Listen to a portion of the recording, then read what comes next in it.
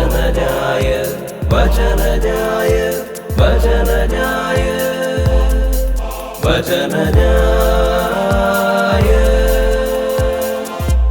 ക്രിസ്തുവിൽ ഏറ്റവും സ്നേഹം നിറഞ്ഞവരെ, ഒരിക്കൽ ഒരു വഴിയരികിൽ കുറേ യാചകന്മാർ ഇങ്ങനെ ഇരിക്കുകയാണ്. തൊട്ടടുത്തുള്ള പള്ളിയിൽ പള്ളിമണി മുഴങ്ങുന്നു, പ്രാർത്ഥനാ സമയമാകുന്നു.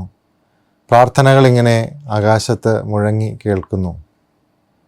ഈ യാചകരിൽ ഒരു വൃദ്ധയാചകനുമുണ്ട്. അയാൾ അകലങ്ങളിൽ ഈ പള്ളിയിലേക്ക് നോക്കിയപ്പോൾ ഒരു കൂട്ടം യുവജനങ്ങൾ ഭക്ഷണപ്പൊതികളുമായി അവിടെയുള്ള യാചകർക്ക് കൊടുക്കുന്നുണ്ട്. തൻ്റെ അടുത്തേക്ക് വന്ന ഒരു പെൺകുട്ടി ഭക്ഷണപ്പൊതി വച്ച് നീട്ടിയപ്പോൾ ആ ഭക്ഷണത്തിലേക്ക് നോക്കാതെ ആ വൃദ്ധൻ അവളുടെ കണ്ണുകളിലേക്കാണ് നോക്കിയത്. എന്നിട്ട് അയാൾ പറയുന്നു, നിൻ്റെ കണ്ണിൽ എന്താണ് ഒരു ദുഃഖം? നിൻ്റെ മുഖത്ത് എന്താണ് ഒരു വിഷാദം? അവൾ പറഞ്ഞു, എൻ്റെ കല്യാണം കഴിഞ്ഞിട്ട് കുറേ നാളുകളായി, എനിക്ക് കുഞ്ഞുങ്ങളില്ല. തനിക്ക് വച്ച് നീട്ടിയ ആ ഭക്ഷണപ്പൊതി താഴെ വെച്ചിട്ട് അയാൾ 2 കരങ്ങളും സ്വർഗത്തിലേക്ക് ഉയർത്തി ഇങ്ങനെ പ്രാർത്ഥിച്ചു, സ്വർഗത്തിൻ്റെയും ഭൂമിയുടെയും നാഥനായ ദൈവപിതാവേ, അങ്ങയുടെ മകളുടെ പ്രാർത്ഥന അവിടുന്ന് കേൾക്കണമേ എന്ന് പറഞ്ഞ് അവളുടെ ശിരസിൽ കൈകൾ വെച്ച് അനുഗ്രഹിച്ചു. അവളുടെ കണ്ണുകൾ നിറഞ്ഞൊഴുകി. ആ വർഷം തന്നെ അവൾ ഗർഭിണിയായി. അവൾക്കൊരു കുഞ്ഞിനെ ദൈവം നൽകി.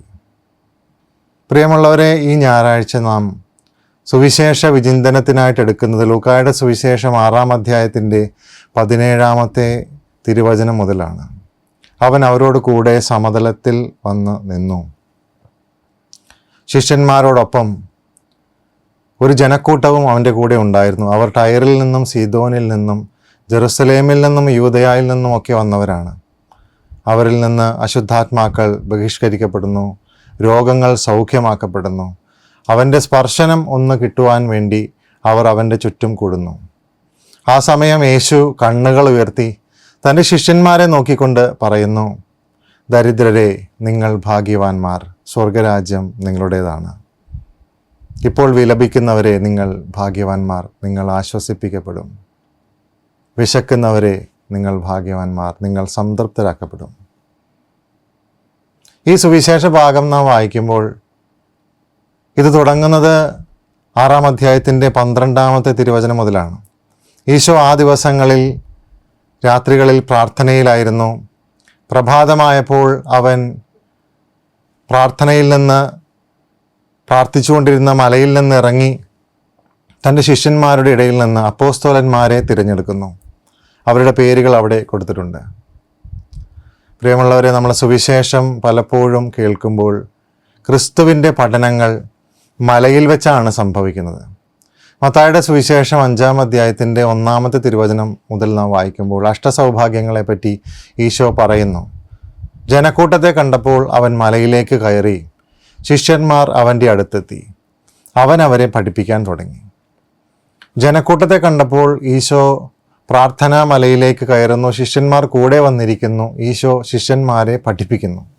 എന്നാൽ ഈ സുവിശേഷത്തിൽ നാം കാണുന്നത്, ലൂക്കായുടെ സുവിശേഷം 6-ാം അധ്യായത്തിൻ്റെ 17 മുതലുള്ള തിരുവചനങ്ങൾ നാം വായിക്കുമ്പോൾ മനസ്സിലാക്കുന്നത്, ഈശോ സമതലത്തിൽ വന്നു നിന്നു. മലയിൽ വെച്ച് പഠിപ്പിക്കുന്നവൻ ഇതാ സമതലത്തിൽ വന്നു നിൽക്കുന്നു. സ്വാഭാവികമായും ഈശോ വന്നു നിൽക്കുമ്പോൾ അവന് ചുറ്റും ഒരു കൂട്ടം ജനം എപ്പോഴും ഉണ്ടാകും. ഇവിടെ ആ ജനമാകട്ടെ ജെറുസലേമിൽ നിന്ന്, യൂദയായിൽ നിന്ന്, യഹൂദരുടെ ഇടയിൽ നിന്നൊരു ഗണം, പിന്നെ ടയറിൽ നിന്നും സീദോനിൽ നിന്നും വിജാതിയരുടെ ഒരു ഗണം, അതോടൊപ്പം ശിഷ്യന്മാരും അപ്പോസ്തലന്മാരും. ഈ ജനക്കൂട്ടം വന്നിരിക്കുന്നത് യഥാർത്ഥത്തിൽ അവൻ്റെ സൗഖ്യം നേടുവാൻ, അനുഗ്രഹം നേടുവാൻ, അവൻ്റെ ഒന്ന് സ്പർശനം ജീവിതത്തിലൊന്ന് കിട്ടി അതിൽ നിന്ന് സൗഖ്യമോ തിന്മയുടെ ശക്തികളിൽ നിന്നുള്ള വലിയ വിടുതലോ ലഭിക്കുവാൻ വേണ്ടിയാണ് ഇവർ വന്നു നിൽക്കുന്നത്. എന്നെ കേട്ടുകൊണ്ടിരിക്കുന്നവരെ, ഈ കാലഘട്ടത്തിലും ഇത് വിഭിന്നമല്ല. ഈശോയെ കാണുവാൻ വരുന്ന പലരും അവനിൽ നിന്ന് സൗഖ്യം സ്വീകരിക്കാൻ വേണ്ടിയാണ് വരുന്നത്. നമ്മൾ സുവിശേഷങ്ങൾ വായിച്ചു നോക്കിയാൽ ഏകദേശം 34-35 അത്ഭുതങ്ങൾ മാത്രമാണ് ഈശോയെപ്പറ്റി പറയുന്നത്, ഈശോ പ്രവർത്തിച്ചതായിട്ട് പറയുന്നത്. ദൈവരാജ്യത്തിൻ്റെ അടയാളങ്ങൾ മാത്രമാണ് ഈ അത്ഭുതങ്ങൾ. മർക്കോസിൻ്റെ സുവിശേഷം 1-ാം അധ്യായത്തിൻ്റെ 15-ാം തിരുവചനം നാം വായിച്ചാൽ ഈശോ തന്നെ പറയുകയാണ്, സമയം പൂർത്തിയായി, ദൈവരാജ്യം സമീപിച്ചിരിക്കുന്നു, അനുതപിച്ച് സുവിശേഷത്തിൽ വിശ്വസിക്കുവിൻ. ഈശോ പറയുന്നത്, എന്നിലൂടെ സംജാതമായിക്കൊണ്ടിരിക്കുന്ന ദൈവരാജ്യം ഇതാ നിങ്ങളുടെ ഇടയിൽ വന്നിരിക്കുന്നു. ആ ദൈവരാജ്യത്തിൻ്റെ അടയാളങ്ങൾ മാത്രമാണ് ക്രിസ്തുവിൻ്റെ സൗഖ്യം. ചുറ്റും കൂടിയിരുന്ന ജനത്തിന് നോക്കിയിട്ട് ഈശോ കണ്ണുകൾ ഉയർത്തി നോക്കുന്നത് തൻ്റെ ശിഷ്യന്മാരെയാണ്. എന്നിട്ടാണ് ഈശോ സുവിശേഷ ഭാഗ്യങ്ങളെപ്പറ്റി പഠിപ്പിക്കുന്നത്. ദരിദ്രരെ, നിങ്ങൾ ഭാഗ്യവാന്മാർ, അവർക്കുള്ളതാണ് സ്വർഗരാജ്യം. വിലപിക്കുന്നവർക്കുള്ളത് ആശ്വാസം, അവരുടെ മുഖത്ത് വിടരാൻ പോകുന്നത് പുഞ്ചിരിയാണ്. വിശക്കുന്നവർ ഭാഗ്യവാന്മാർ, അവർക്ക് സംതൃപ്തി ലഭിക്കും. സുവിശേഷങ്ങൾ ദാരിദ്ര്യമെന്ന് വിളിക്കുന്നത് ദൈവം മാത്രം ആശ്രയമായിട്ട് ഉള്ളവരെയാണ്. ദരിദ്രർ എന്ന വാക്കിൻ്റെ അർത്ഥം ദൈവം മാത്രം ആശ്രയമായിട്ടുള്ളവൻ എന്നാണ്. ജെറമിയായുടെ പുസ്തകം 17-ാം അധ്യായത്തിൻ്റെ 7-ാമത്തെ തിരുവചനം നാം ഇന്ന് 1-ാമത്തെ വായനയിൽ വായിക്കുമ്പോൾ അവിടെ എഴുതി വച്ചിരിക്കുന്നത്, കർത്താവിൽ ആശ്രയിക്കുന്നവൻ അനുഗ്രഹീതൻ, അവൻ്റെ ആശ്രയം അവിടുന്ന് മാത്രമാണ്. അത് ആറ്റുനീരത്ത് നട്ട മരം പോലെയാണ്, അതിൻ്റെ വേരുകൾ ജലത്തിലേക്ക് ഊന്നിയിരിക്കുന്നു, അത് വേനൽക്കാലത്തെ ഭയപ്പെടുന്നില്ല. പ്രിയമുള്ളവരെ, ഈശോ കണ്ണുകൾ ഉയർത്തി നോക്കുന്നത് ശിഷ്യന്മാരെയാണ്. ആ ശിഷ്യന്മാരോട് പറയുകയാണ്, നിങ്ങൾ ദൈവം മാത്രം ആശ്രയം ആയിട്ടുള്ളവരായിരിക്കണം. നിങ്ങൾ ദൈവത്തിന് വേണ്ടിയായിരിക്കണം കരയുന്നത്. നിങ്ങൾ വിശക്കുന്നത് ദൈവത്തിന് വേണ്ടിയായിരിക്കണം. അങ്ങനെയുള്ളവർ പീഡനങ്ങളിലൂടെ കടന്നു പോകുമെന്ന് ഈശോ പറയുന്നു. അവർക്കുള്ളതാണ് യഥാർത്ഥത്തിൽ സ്വർഗരാജ്യം. പ്രിയമുള്ളവരെ, ഈ ഒരു സുവിശേഷ വചനങ്ങളിലൂടെ നാം കടന്നു പോകുമ്പോൾ നാം മനസ്സിലാക്കേണ്ട വലിയ സത്യം ഇതാണ്. അത്ഭുതങ്ങൾ കാണുവാൻ അനേകം പേർ അന്നും ഇന്നും ക്രിസ്തുവിൻ്റെ ചുറ്റും കൂടുന്നുണ്ട്. അവർക്ക് ആർക്കും ഉള്ളതല്ല സ്വർഗരാജ്യം.